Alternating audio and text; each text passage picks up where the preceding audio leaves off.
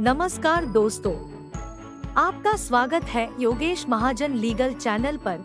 योगेश महाजन legal channel पर हम आपको प्रस्तुत करेंगे नवीनतम सुप्रीम कोर्ट के फैसलों और विभिन्न अन्य न्यायालयों के फैसलों पर और विधि ज्ञान को प्रसारित करने का प्रयास करेंगे। इस चैनल पर हम न्यायिक फैसलों के महत्व को समझाने और विधि समझौतों की युक्तियों को समझाने का प्रयास करते हैं। हमारा मकसद है कानून और न्याय के क्षेत्र में ज्ञान को आपके पास पहुंचाना, तो कृपया हमारे चैनल को सब्सक्राइब करें, घंटी आइकन दबाएं, वीडियो को लाइक और शेयर करें। दोस्तों, हम इस वीडियो में हम ये डिस्कस करेंगे कि माननीय सुप्रीम कोर्ट में स्पेशल लीव पिटीशन है वो क्या फॉर्मेट क्या है और किस तरीके से फाइल की जाती है। तो देखिए, ये काफ़ी एलेबोरेटिव वीडियो बन सकता है, लेकिन हम इस पार्ट पे पहले हम ये पार्ट 1 बना रहे हैं। अगर आपका अच्छा रिस्पांस मिलेगा तो हम इसका पार्ट 2 है वो जरूर बनाएंगे। तो पहले हम थोड़ा सा बेसिक समझ लेते हैं कि कौन लोग हैं जो डायरेक्टली सुप्रीम कोर्ट में केस फाइल कर सकते हैं।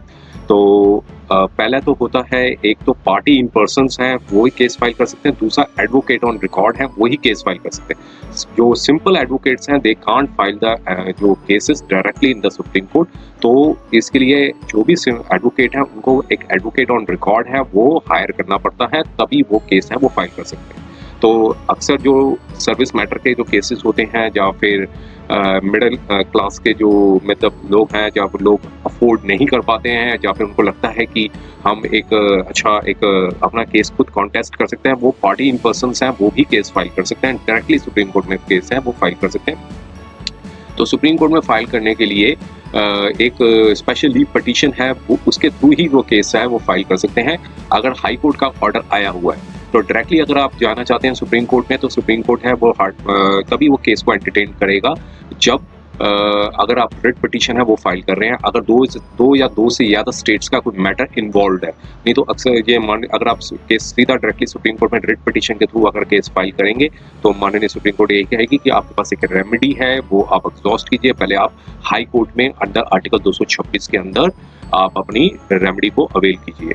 और अगर जब माननीय हाई कोर्ट से अगर कोई रिलीफ नहीं मिलता है, चाहे वो सिविल मैटर हो चाहे क्रिमिनल मैटर हो, अगर रिट पिटीशन है जो है वो डिसमिस हो जाती है, तब आप स्पेशल लीव पिटीशन से ही आप माननीय सुप्रीम कोर्ट में केस फाइल कर सकते हैं। तो स्पेशल लीव पिटीशन जो है वो 2 तरह की होती है, स्पेशल लीव पिटीशन सिविल और special leave petition criminal. Even service matter के भी केसेस होते हैं जो अगर सेंट्रल एडमिनिस्ट्रेटिव ट्राइब्यूनल में भी अगर कोई केस अगर डिस्पोज हुआ है या डिसमिस हुआ है तो फिर उसके लिए भी पहले आपको हाई कोर्ट में ही जाना पड़ेगा, जो कि डिविजनल बेंच है वो हाई कोर्ट की वो सुनती है। तो उसके बाद ही है माननीय सुप्रीम कोर्ट में आप स्पेशल लीव पिटीशन जो है वो फाइल कर सकते हैं। तो इस वीडियो में हम समझेंगे कि स्पेशल लीव पिटीशन का फॉर्मेट क्या है और किस मीन्स क्या क्या ग्राउंड्स आप ले सकते हैं और किस फॉर्मेट किस आधार पे आपको सुप्रीम कोर्ट में स्पेशली पिटीशन है वो फाइल करनी चाहिए। तो वो एक फॉर्मेट है वो माननीय सुप्रीम कोर्ट ने अपना बनाया हुआ है, उसी फॉर्मेट में आपको स्पेशली पिटीशन फाइल करनी होगी। अगर आप इससे हटके कोई फॉर्मेट यूज करेंगे तो वो आपकी ऑब्जेक्शंस की स्टेज पे आ जाएगा। तो जब तक वो तभी लिया जाएगा जब आप इस फॉर्मेट में फाइल करेंगे। देखिए, अगर केस जब आप फाइल कर रहे हैं ये तो सिर्फ स्पेशली पिटीशन का फॉर्मेट है, उसके अलावा भी होते हैं जैसे लिस्टिंग जो परफॉर्मा हुआ, एफिडेविट्स हुए, एनेक्शंस हुए, इंडेक्स हुआ, पेपर बुक कैसे बनानी है, उसका हम पार्ट 2 में जो वीडियो होगा उसमें हम डिस्कस करेंगे। अभी इस पार्ट 1 में हम सिर्फ जो body of the special leave petition है वहां तक ही सीमित रखेंगे। स्पेशल लीव पिटीशन का फॉर्मेट कैसा होना चाहिए, तो ये स्पेशल लीव पिटीशन का जो फॉर्मेट है वो बताया गया है। एक फॉर्म नंबर 28 है वो, अगर आपके कोई सुप्रीम कोर्ट के जो रूल्स हैं वो अगर आप देखेंगे 2013 के आए हैं, तो उसमें भी पहले 1966 के रूल्स थे, अब 2013 के जो अमेंडेड हुए थे, तो उसमें जो फॉर्मेट है वो बताया गया था वो था जो फॉर्म था वो उसके हिसाब से मतलब जो डाला गया था उसमें आपको ये फॉर्मेट है वो यूज करना होगा। और ये फॉर्मेट में जो माननीय सुप्रीम कोर्ट ने जो अपने रूल्स बनाए हुए हैं, इसमें एरर ये हो गया था कि ये जो सुप्रीम कोर्ट का जो फॉर्मेट है जो वेब में अवेलेबल है वो 1966 का है, जो सुप्रीम कोर्ट का स्पेशल लीव पिटीशन का फॉर्मेट है। और जो 2013 का जो फॉर्मेट है वो भी वैसा ही है, सिमिलर है, लेकिन इसमें जो रूल्स हैं वो थोड़ा सा चेंज हो गए हैं। तो हम इसके थोड़े से कंटेंट्स को देखते हैं। हम सुप्रीम कोर्ट रूल्स 2013 के हिसाब से हम इसमें डिस्कस करते हैं। तो देखिए, जब भी आप स्पेशली पिटीशन फाइल करेंगे तो सबसे पहले आप उसको लिखना पड़ेगा, हेड जो टाइटल होगा उसमें लिखना पड़ेगा in the Supreme Court of India SCR order 21 rule 3 सब पार्ट 1 सब पार्ट ए। तो 1966 में भी जो फॉर्मेट था वो बदल गया है। 1966 में 16 के अंदर आता था ऑर्डर 16 रूल 4 सब पार्ट 1 सब पार्ट ए, लेकिन आपको आप जब भी केस जब फाइल करेंगे तो 2013 के जो फॉर्मेट है उसके हिसाब से आपको फाइल करना होगा। तो इसलिए ये ऑर्डर नंबर जो लिखना जरूरी है, इसलिए पूरा करेक्ट फॉर्म में आप इसे लिखें, नहीं तो ये सबसे बड़ा ऑब्जेक्शन है वो रजिस्ट्री इम्पोज कर देगी, लगा देगी। और फिर अगर सिविल अपीलेट जुरिस्डिक्शन का है तो सिविल अपीलेट के हिसाब से लिखना है, लेकिन अभी इस वीडियो में हम सिविल अपीलेट का डिस्कस करेंगे। तो सिविल अपीलेट में आपको नीचे लिखना होगा, अगर कोई सिविल मैटर है, क्रिमिनल है तो उसके क्रिमिनल अपीलेट जुरिस्डिक्शन लिखना होगा। तो इन दोनों का फॉर्मेट बिल्कुल वैसा ही था। और अब देखिए जो पोजीशन ऑफ पार्टी, तो यहाँ पे एक ब्लैंक जरूर छोड़ना है आपको कि अंदर article 136 of the constitution of India के तहत आप ये केस जो है वो फाइल कर रहे हैं। इसमें आपको लीव लेने की जरूरत नहीं है। अगर हाई कोर्ट से ऑर्डर आपका डिसमिस हो गया है या फिर उसको मॉडिफाई करवाना चाहते हैं तो इसलिए आपको यहाँ पर under article 136 of the constitution of India के तहत आप स्पेशल लीव पिटीशन है वो फाइल कर सकते हैं। और special leave petition civil number का भी आपको एक ब्लैंक छोड़ना है। ये रजिस्ट्री जब नंबर देगी उसके हिसाब से आपको लिखना पड़ेगा। अब ईयर जरूर आप लिख दीजिए, 2000 जैसे 24 का तो 2024 लिख दीजिए। अब पार्टीज का नाम यहाँ पर लिखना जरूरी है और साथ में पोजीशन ऑफ पार्टीज का भी मेंशन करना जरूरी है। तो जनरली आप क्या कोई रिट पिटीशन जब या फिर कोई केस फाइल करते हैं तो यहाँ पर पूरा नाम और एड्रेस लिख देते हैं, साथ लिख देते हैं पिटिशनर वर्सेस रिस्पोंडेंट। तो यहाँ पर माननीय सुप्रीम कोर्ट में एक फॉर्मेट बना हुआ है, उसमें पार्टीज का नाम जरूर लिखना है, एड्रेस जरूर लिखना है, साथ में पोजीशन ऑफ पार्टीज भी लिखना जरूरी है। तो मान लीजिए जैसे हाई कोर्ट में जैसे कोई केस था जैसे, तो वहां पर क्या थे, वहां पर रिस्पोंडेंट थे तो यहाँ पर लिखना पड़ेगा रिस्पोंडेंट। और इन दिस कोर्ट में क्या है, इस कोर्ट में आप जैसे अपीलेंट पिटिशनर है तो पिटिशनर लिखेंगे। तो यहाँ पर सबके नाम लिखने होंगे, जो भी पार्टीज हैं, जो रिस्पोंडेंट्स बने हैं, जो पार्टीज जो पिटिशनर्स बने, उन सबके जो नाम है। मान लो 3 पिटिशनर्स हैं तो A 2 3 ABCD EFGH करके लिखेंगे। और वहां पर हाई कोर्ट में क्या थे, हाई कोर्ट में अगर पिटिशनर थे तो यहाँ पर लिखेंगे पिटिशनर, और वहाँ अगर रिस्पोंडेंट थे तो यहाँ पर लिखेंगे रिस्पोंडेंट नंबर 1 2 3 जो भी थे वो उसका नंबर मेंशन करना होगा। और यहाँ पिटिशनर है तो पिटिशनर लिखेंगे। इस माननीय supreme court in this court में लिखा हुआ है जैसे कि पिटिशनर है तो यहाँ पर आपको जो है वो पिटिशनर वर्ड यूज लिखना होगा इस कॉलम में। पिटिशनर नंबर 1 है, पिटिशनर नंबर 2 है, पिटिशनर 3 है। रिस्पोंडेंट का लिखेंगे तो अगर वहाँ पर रिस्पोंडेंट थे तो यहाँ पर लिखना पड़ेगा respondent number 1, respondent number 2, respondent number 3। अगर सेम पोजीशन थी, पार्टनर अगर चेंज नहीं करना चाहते तो वो पूरा का पूरा वैसे ही लिखेंगे, petitioner number 1, petitioner number 2, petitioner number 3। तो अगर सिविल दूसरा था मीन सिविल सूट से रिलेटेड था, वहाँ अपीलेंट थे हाई कोर्ट में, तो वहाँ पर आपको यहाँ मेंशन करना होगा। तो यहाँ पर पूरा पोजीशन ऑफ द पार्टीज का लिखना पड़ेगा। और अब दूसरी साइड पे लिखना पड़ेगा रिस्पोंडेंट्स का नाम। तो रिस्पोंडेंट क्या थे, जैसे रिस्पोंडेंट के नाम थे DEFG जो भी हैं तो वो आपको लिखना पड़ेगा। और रिस्पोंडेंट वहाँ पर जो अगर हाई कोर्ट में जो है वो पिटिशनर थे, यहाँ पर वो उनको रिस्पोंडेंट बनाया जा रहा है तो यहाँ पर वो लिखना पड़ेगा रिस्पोंडेंट मींस पिटिशनर थे तो यहाँ पर लिखना पड़ेगा पिटिशनर 1, पिटिशनर 2, पिटिशनर 3। यहाँ पर रिस्पोंडेंट ही है तो रिस्पोंडेंट का स्टेटस रिस्पोंडेंट के तौर पर ही लिखना पड़ेगा। तो position of parties high court में क्या थी, सुप्रीम कोर्ट में क्या थी, मान लो दोनों ही केसेस में पिटिशनर थे, दोनों केसेस में रिस्पोंडेंट थे, तो यहाँ पर सेम ही रहेगा respondent number 1, respondent number 1, respondent number 2, respondent number 2, respondent number 3, respondent number 3। तो सेम है। और फिर अब जो है पोजीशन ऑफ पार्टीज के बाद जब भी स्टार्ट करनी है तो ये लिखना पड़ेगा to the high honourable chief justice of India and his companion जजेस of the Supreme Court of India. तो ये टाइटल लिखना पड़ेगा, एक लेटर के फॉर्मेट में होता है। तो यहाँ पर ये लिखना स्टार्टिंग जब भी करेंगे स्पेशली पिटीशन का तो ये honourable chief justice of India and his companion जजेस of the Supreme Court of India के तहत लिखेंगे। और फिर पैराग्राफिकली देना पड़ेगा the special petition of the petitioner most respectfully showeth. अब यहाँ पर फैक्ट्स लिखने की जरूरत नहीं है क्योंकि सुप्रीम कोर्ट जो है स्पेशल पिटीशन जो है वो एक कोर्ट ऑफ लॉ है। जब तक आपका कोई क्वेश्चन ऑफ द लॉ नहीं होगा तब तक वो एंटरटेन नहीं करेगी। तो पैराग्राफ में तो आपको लिखना पड़ेगा कि हाई कोर्ट की कौन सा ऑर्डर था, उसका डिटेल्स ऑफ ऑर्डर क्या थे, और मींस कौन सी डेट को पास किया गया था, उसका केस टाइटल क्या था, और कौन से और जो पिटीशन का नंबर क्या था वो लिखना पड़ेगा। जैसे मान लीजिए honourable high court of Punjab Haryana का था तो उसमें जैसे कोई मिसलेनियस पिटीशन थी वो आपकी डिसमिस हुई थी या डिस्पोज्ड हुई थी तो उसका डिटेल लिखना पड़ेगा। इस डेट को the petitioner above named respectfully submits that this petition seeking special leave to appeal against the judgment order of the specified the court tribunal। जो भी कोर्ट ट्राइब्यूनल का नाम है वो लिखना पड़ेगा। और लीव टू अपील इस साउट ले रहे हैं कि आप रिलीफ क्या लेने जा रहे हैं कि लीव टू अपील। पहला स्पेशल लीव पिटीशन का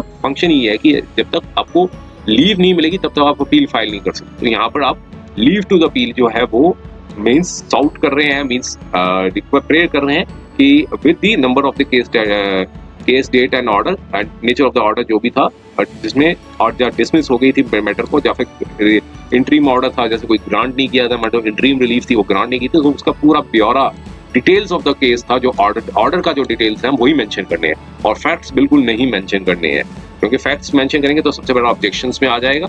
और पहले जो क्रिमिनल मैटर्स होते थे उसमें जो फैक्ट्स लिखते थे, लेकिन 2013 के बाद जो अमेंडमेंट हो गई है तो उसमें फैक्ट्स जो है वो आपको डेट्स एंड इवेंट्स के अंदर ही मेंशन करना है। अब सेकंड पैराग्राफ में लिखना पड़ेगा questions of law. Questions of law जब तक आप फ्रेम नहीं करेंगे तब तक कोई भी माननीय सुप्रीम कोर्ट है वो आपकी पिटीशन को एडमिट जो है नहीं करेगी, और इवन रजिस्ट्री भी जो है वो आपको ऑब्जेक्शन लगा के भेज देगी, मीन्स हाथ में रिटर्न कर देगी। जब तक क्वेश्चन ऑफ लॉ सेट नहीं है, तो क्योंकि सुप्रीम कोर्ट में जो स्पेशल लीव पिटीशन का जो स्कोप है वो लिमिटेड होता है, जब तक क्वेश्चन ऑफ लॉ नहीं है, कोई एरोनियस उस क्वेश्चन ऑफ लॉ जब तक कोई डिसाइड कराना है माननीय सुप्रीम कोर्ट, जब तक क्वेश्चन ऑफ लॉ नहीं होगा तब तक ये जो पिटीशन है वो मीन्स स्पेशल पिटीशन का कोई जो है वो मेंटेनेबल नहीं रहेगी। और जितने भी क्वेश्चन ऑफ लॉस हैं वो आपको यहाँ पर सेटअप करने पड़ेंगे। फिर उसके बाद डिक्लेरेशन देना पड़ेगा अंडर रूल 3 सब पार्ट 2। तो देखिए 1966 में था, ये रूल था वो बदल गया था। 1966 में जो था वो रूल था रूल 4 सब पार्ट 2, अब इसको कर दिया गया रूल 3 सब पार्ट 2। तो जो ऑर्डर का जो रूल था वो उसको बदल गया। अब आप यहाँ पर रूल 3 सब पार्ट 2 लिखेंगे। जो भी डिक्लेरेशन दी वो ये कहता है कि कोई भी पिटीशन जो है वो फाइल नहीं की है, तो no other petition seeking leave to appeal has been filed against the impugned judgment at order. तो ये डिक्लेरेशन देना जरूरी है। मान लीजिए अगर कोई एक ऑलरेडी पिटीशन फाइल की गई है सेम फैक्ट्स के ऊपर में, सेम लीगल जो ग्राउंड्स के ऊपर, तो फिर 2 पिटीशन आप नहीं फाइल कर सकते, एक ही पिटीशन फाइल करनी है। तो इसलिए माननीय सुप्रीम कोर्ट है वो पहले से ही डिक्लेरेशन जो है वो ले लेता है रूल 3 सब पार्ट 2 के अंदर। अब दूसरा है declaration in terms of rule 5। तो पहले 1966 में था वो रूल 6 था, अब इसको यहाँ पर 5 कर दिया गया है। तो इसमें ये लिखा गया है कि annexure produced along with the special leave petition are the true copies of pleadings documents which are formed as a part of the record in the case of court tribunal below against whose order leave to appeal is sought for this petition। तो means इसमें आपको जो भी annexures हैं जो आप file कर रहे हैं तो वो टाइप्ड कॉपीज होनी चाहिए, और इसमें एक नीचे सेल्फ अटेस्टेड होनी चाहिए, मीन्स उसमें लिखा होना चाहिए कि ये ट्रू कॉपीज है। तो इसलिए वो माननीय सुप्रीम कोर्ट है वो डिक्लेरेशन पहले ही ले लेता है इस पे ही, स्पेशली पिटीशन में, कि जो अनेक्शंस हैं उसमें कोई अल्टरेशन नहीं करनी, आपको टाइप्ड नीट एंड क्लीन जो है कॉपीज फाइल करनी है। तो इसलिए उसमें ये लिखना पड़ता है कि ये सारी कॉपीज हैं वो ट्रू कॉपीज हैं, जो प्लीडिंग्स की जो डॉक्यूमेंट्स हैं वो जो पार्ट ऑफ रिकॉर्ड्स थे नीचे की कोर्ट में वही आप फाइल कर रहे हैं। तो इसलिए रूल 5 के अंदर वो डिक्लेरेशन ले लेता है। और उसके बाद नेक्स्ट पैराग्राफ आता है पैराग्राफ नंबर 5 पे, ग्राउंड्स। अब आपको जो ग्राउंड्स हैं वो यहाँ पर सेटअप करने पड़ेंगे। बिना ग्राउंड्स के कोई पिटीशन जो है वो मेंटेनेबल नहीं रहेगी। लीगल ग्राउंड्स क्या क्या नीचे हाई कोर्ट ने किस ग्राउंड्स पे एरोनियस मीन्स जो अप्रोच है अडॉप्ट की है, कहाँ उन्होंने एरर की है, तो वो क्या इलीगलिटी की है, वो सारे ग्राउंड्स हैं वो आपको यहाँ पर सेटअप करने पड़ेंगे। तो उसके बाद नंबर 6 पैराग्राफ पे पॉइंट पे आएगा ग्राउंड्स फॉर इंटरिम रिलीफ। कोई इंटरिम रिलीफ जो है वो लेना चाहते हैं, जैसे कोई स्टे है वो लेना चाहते हैं, ad interim ex parte stay जो है वो लेना चाहते हैं, तो इसमें grounds for the interim relief जो है वो जरूर सेट करने पड़ेंगे। अगर आप इंटरिम रिलीफ जो है क्लेम नहीं कर रहे हैं तो यहाँ पर नॉट एप्लीकेबल NA करके छोड़ देंगे, ब्लैंक करके छोड़ देंगे। अगर कोई इंटरिम रिलीफ अगर आप ले रहे हैं, नीचे जो पैरा नंबर 8 पे इंटरिम रिलीफ ले रहे हैं, तो आपको ग्राउंड्स भी सेट करने होंगे। उसके बाद आती है मेन प्रेयर। मेन प्रेयर क्या कर रहे हैं कि आपको लीव टू अपील है वो अलाउ कर दी जाए, और आपकी जो स्पेशली पिटीशन है वो अलाउ कर दी जाए। इससे ज़्यादा अलावा और कोई जो मेन प्रेयर के अंदर जो है वो रिलीफ नहीं कर सकते, सब वहाँ तक ही सीमित रहेगी कि आपकी जो लीव टू अपील है वो अलाउ कर दी जाए। सिमिलरली इंटरिम रिलीफ में आप थोड़ा सा कोई इंटरिम रिलीफ जो है वो क्लेम कर रहे हैं तो उसके लिए इंटरिम रिलीफ आप जरूर यहाँ पर सेट कीजिए। अगर नहीं कर रहे हैं तो उसमें नॉट एप्लीकेबल NA करके छोड़ दीजिए। ये जो स्पेशली पिटीशन के जो पैराग्राफ्स हैं वो 8 पैराग्राफ्स तक ही रहेंगे। इसके अलावा कोई भी अगर आप अल्टरेशन कर रहे हैं तो वो आपकी एडमिट जो है वो नहीं की जाएगी। पिटीशन रजिस्ट्री सबसे पहले ऑब्जेक्शंस लगा देगी, इसलिए 8 पैराग्राफ से ज़्यादा की आपकी जो स्पेशली पिटीशन का जो फॉर्मेट है वो नहीं होना चाहिए। इसके बाद होगा प्लेस। अगर आप पार्टी इन पर्सन करके फाइल कर रहे हैं तो यहाँ पर आप लिखेंगे पिटिशनर इन पर्सन या फिर एडवोकेट ऑफ द पिटिशनर है, तो वो एडवोकेट ऑफ द पिटिशनर करेंगे, लेकिन उनको AOR का भी सिग्नेचर लेना पड़ेगा, जिसमें जो सेटल्ड बाय है, जो नेम ऑफ एडवोकेट है, जो पिटिशन जो सेटल की गई है, उनका नाम भी मेंशन करना पड़ेगा। अगर सिर्फ पार्टी इन पर्सन है, पिटिशनर इन पर्सन है, तो सिर्फ आपको यहाँ पर प्लेस और डेट लिख के साइन कर देना है और यहाँ पर अपना डिटेल्स है वो मेंशन करनी है। उसमें लिखेंगे party in person, petitioner in person, वो अपना डिटेल्स है यहाँ पर मेंशन करेंगे। तो यहाँ तक ही बस इतना ही फॉर्मेट है जिसमें आप स्पेशल लीव पिटिशन है वो फाइल कर सकते हैं। पार्ट 2 हम जरूर बनाएंगे अगर आपका अच्छा रिस्पांस मिलेगा तो। अगर आप कमेंट्स बॉक्स में लिखिए। और इसके अलावा क्या क्या जो पेपर बुक्स की जो रिक्वायरमेंट है वो सबसे ज़्यादा है, क्योंकि ये सफिशिएंट नहीं है, क्योंकि मैक्सिमम ऑब्जेक्शंस लगेंगे अगर सिर्फ इतनी body of the special leave petition अगर आप फाइल कर रहे हैं। तो इसके लिए आपको इंडेक्सिंग, पेपर बुक और लिस्टिंग परफॉर्मा, जब लिस्टिंग परफॉर्मा एडवोकेट्स के लिए अलाउड है, और जो चेक लिस्ट है, लिस्टिंग परफॉर्मा भी लगाना पड़ेगा, चेक लिस्ट जो है वो सिर्फ एडवोकेट्स के लिए अलाउड है। और ये सारे जो डिटेल्स हैं वो हम पार्ट 2 में अगर हम बनाएंगे, अगर अच्छा रिस्पॉन्स इस वीडियो पर मिलेगा। उम्मीद है कि यह वीडियो आपको पसंद आया होगा।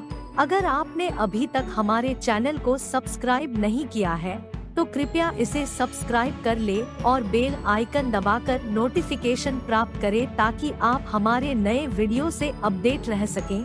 अगर आपको यह वीडियो पसंद आया हो तो कृपया लाइक करें और अपने दोस्तों के साथ शेयर करें।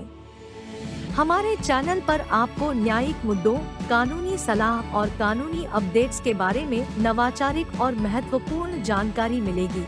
हमारे साथ बने रहें, क्योंकि योगेश महाजन लीगल आपके कानूनी सवालों का सहायक है।